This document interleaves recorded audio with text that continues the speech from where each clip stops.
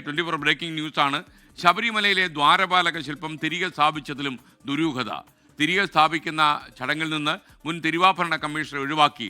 ദ്വാരപാലക ശില്പം സ്വർണം പൂശിയത് തിരുവാഭരണ കമ്മീഷണർ സാന്നിധ്യത്തിലാണ്. തന്നെ ഒഴിവാക്കിയതിൽ ദുരൂഹതകൾ ഉണ്ടാകാമെന്ന് മുൻ തിരുവാഭരണ കമ്മീഷണർ RG രാധാകൃഷ്ണൻ 24നോട് പറഞ്ഞു.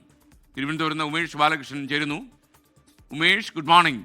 ശരിക്കും ഈ ശബരിമലയിലെ സ്വർണ്ണപ്പാളി മാറി ചെമ്പുപാളി ആയതിൽ ഈ ഉയരങ്ങളിൽ ജോലി ചെയ്ത പല ആളുകളുടെയും നേരിട്ടുമല്ലാതെയുമുള്ള ഇടപെടലുകളുണ്ട് എന്ന് പകൽ പോലെ സത്യമാണ്.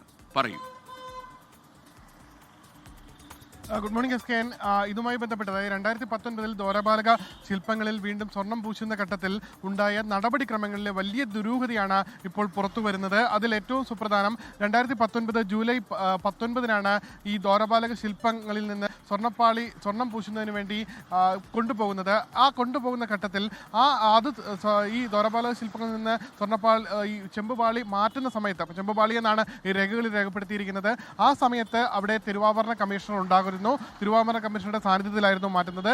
അതിനുശേഷം അടുത്ത മാസം 40 ദിവസത്തിന് ശേഷം ഓഗസ്റ്റ് 29 ചെന്നൈയിൽ വെച്ച് ഇത് സ്വർണം പൂശുന്ന ഘട്ടത്തിൽ അതിന് തൊട്ട് മുൻപ് ഈ തിരുവാഭരണ കമ്മീഷണർ മാറിയിരുന്നു. ആദ്യം ഉണ്ടായിരുന്ന തിരുവാഭരണ കമ്മീഷണർ KS ബൈജു ആയിരുന്നെങ്കിൽ അതിനുശേഷം RG രാധാകൃഷ്ണനെ തിരുവാഭരണ കമ്മീഷണറായി നിയമിക്കുന്നു. RG രാധാകൃഷ്ണന്റെ നേതൃത്വത്തിലായിരുന്നു ഓഗസ്റ്റ് 29 ചെന്നൈയിൽ വെച്ച് ഈ സ്വർണം പൂശുന്നത്. പക്ഷേ ആ സ്വർണം പൂശുന്ന ചടങ്ങിൽ മാത്രമായിരുന്നു RG രാധാകൃഷ്ണന് ഒരു ചുമതലയുണ്ടായിരുന്നത്, അല്ലെങ്കിൽ അതുമായി ബന്ധപ്പെട്ട ഒരു നിർദ്ദേശമുണ്ടായിരുന്നത്. സാധാരണഗതിയിൽ ഇത്തരത്തിൽ സ്വർണം പൂശിയ ശേഷം എന്തൊരു സാധനമാണെങ്കിലും എന്തൊരു സംഭാവനയാണെങ്കിലും അത് ക്ഷേത്രത്തിൽ സ്ഥാപിക്കുകയോ ക്ഷേത്രത്തിൽ സ്വീകരിക്കുകയോ ചെയ്യേണ്ട ആൾ എന്ന് പറയുന്നത് തിരുവാഭരണ കമ്മീഷണറാണ്.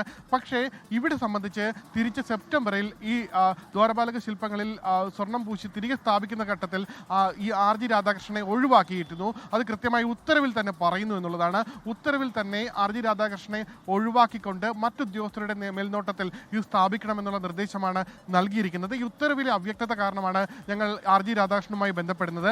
RG രാധാകൃഷ്ണനുമായി ബന്ധപ്പെട്ടപ്പോഴാണ് അദ്ദേഹം ഇത്തരത്തിൽ തന്നെ ഒഴിവാക്കിയതിൽ ദുരൂഹതയുണ്ടെന്ന് വ്യക്തമായി തന്നെ അദ്ദേഹം പറയുന്നത്. ഇത്തരത്തിൽ നിയമപരമായി ഇത് മാറ്റുമ്പോഴും പുനഃസ്ഥാപിക്കുമ്പോഴും തിരുവാഭരണ കമ്മീഷണറുടെ സാന്നിധ്യം നിർബന്ധമാണ്. ഒപ്പം സ്വർണം പൂശുന്ന ഘട്ടത്തിലും നിർബന്ധമാണ്. സ്വാഭാവികമായി മാറ്റുന്ന ഘട്ടത്തിൽ താനായിരുന്നില്ല, KS ബൈജു ആയിരുന്നു. KS ബൈജുവിൻ്റെ സാന്നിധ്യം ഉണ്ടായിരുന്നു. സ്വർണം പൂശുന്ന ഘട്ടത്തിൽ താൻ ചുമതലയേൽക്കുന്നു, താൻ അവിടെ ഉണ്ടായിരുന്നു. പക്ഷേ എന്തുകൊണ്ടാണ് സ്ഥാപിക്കുന്ന ഘട്ടത്തിൽ തന്നെ അവിടെ നിയമിക്കാത്തത്?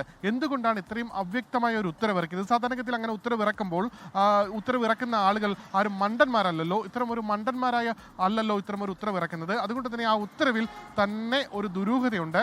സാധാരണ നിയമം പാലിക്കണമെങ്കിൽ താൻ അവിടെ തൻ്റെ സാന്നിധ്യം ഉണ്ടാകണം, തൻ്റെ സാക്ഷ്യപ്പെടുത്തൽ ഉണ്ടാകണം. കാരണം ഇത് സ്ഥാപിച്ചു, അതിനുശേഷം ഇതിൻ്റെ അളവ് തൂക്കമടക്കം രേഖപ്പെടുത്തിക്കൊണ്ടുള്ള സാക്ഷ്യപ്പെടുത്തൽ നടത്തേണ്ട ആൾ തിരുവാഭരണ കമ്മീഷണറാണ്. അതിനുശേഷമാണ് ഈ ഏത് സ്ഥാപനത്തിലാണോ ഏത് ക്ഷേത്രത്തിലാണോ ഈ വസ്തുവകൾ സ്ഥാപിക്കുന്നത് ആ സ്ഥാപനത്തിലെ എക്സിക്യൂട്ടീവ് ഓഫീസറായിരിക്കും അതിൻ്റെ കസ്റ്റോഡിയൻ. പക്ഷേ സ്ഥാപിക്കുന്നത് വരെ തിരുവാഭരണ കമ്മീഷണറായിരിക്കും കസ്റ്റോഡിയൻ. ആ നടപടിക്രമം ഇവിടെ പാലിക്കപ്പെട്ടില്ല. SKN.